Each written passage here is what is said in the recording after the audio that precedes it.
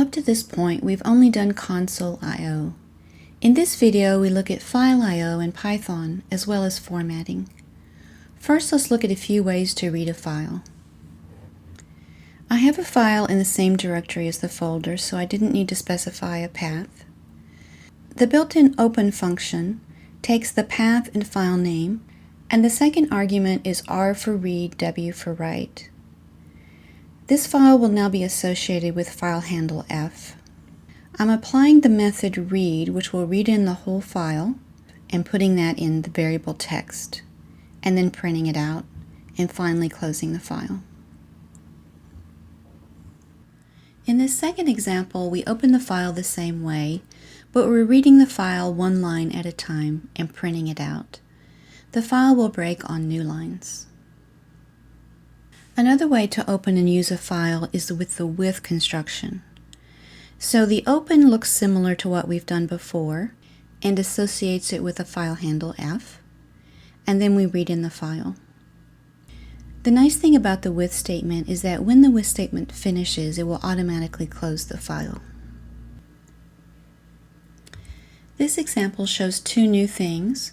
One is that we can specify the encoding, and two, that we can strip each line as we print it.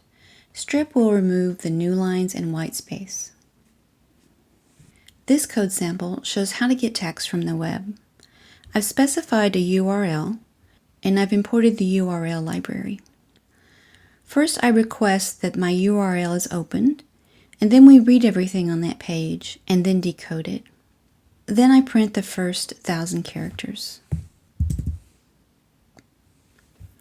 We see that took just a few seconds. Notice all these /r/ns. That indicates that this file was originally created with Windows. That's how Windows does returns. We can strip those out in various ways that we'll explore later in the course. Next, we look at how to write to a file. We open the file the same way, but we specify W for write. And then I'm just writing two strings out there and closing the file. To confirm that the file was written correctly, we'll reopen it as read in the file, and then split on the new lines, printing out each line.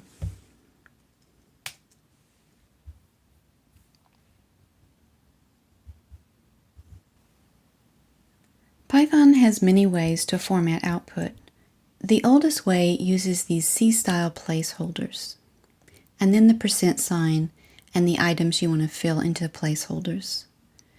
A newer way uses these curly braces, dot format, and then the items to fill in.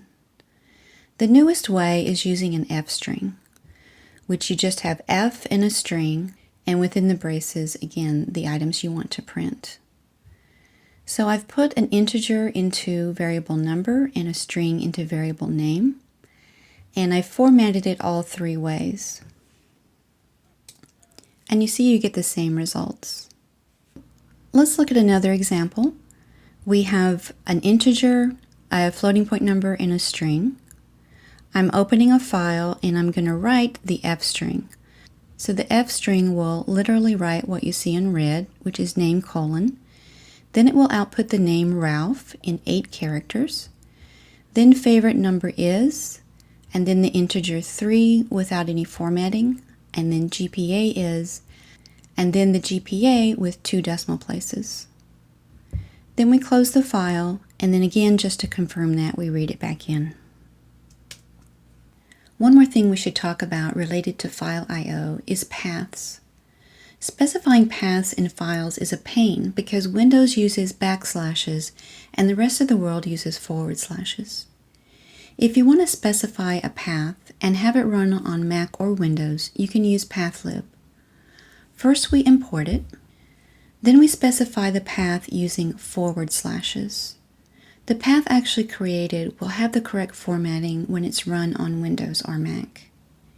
Here I'm making a path to a CSV file, which I'm going to read in as a plain text file and then print out the first 200 characters.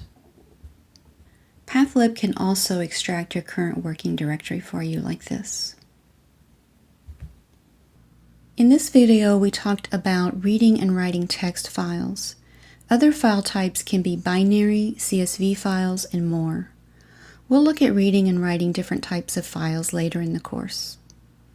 Being able to do file I/O expands the options for the kinds of programs you can write. So again, I encourage you to take an old program you've written in another language with file I/O and give it a try in Python.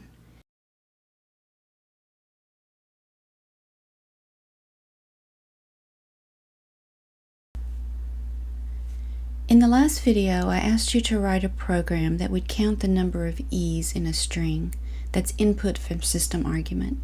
I want to show a sample solution.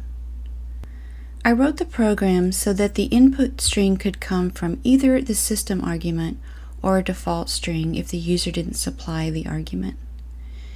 And this code here does that. So we've imported sys, and we check that there is actually an argument. If there is, we input it and use that as our string. Otherwise, we have a default string here. The function to count E's very simply iterates over each letter, counting the E's. As I mentioned in the disclaimer, there is a better way to do this. When we look at strings, we'll see that there's actually a count function, but this was just a programming exercise. Let me run this program. And we see that the default string was used, which has one E. Now I'm going to supply an argument, so I'm going to click this arrow, edit my configurations, and here I can type in my parameter. Let's use elephant.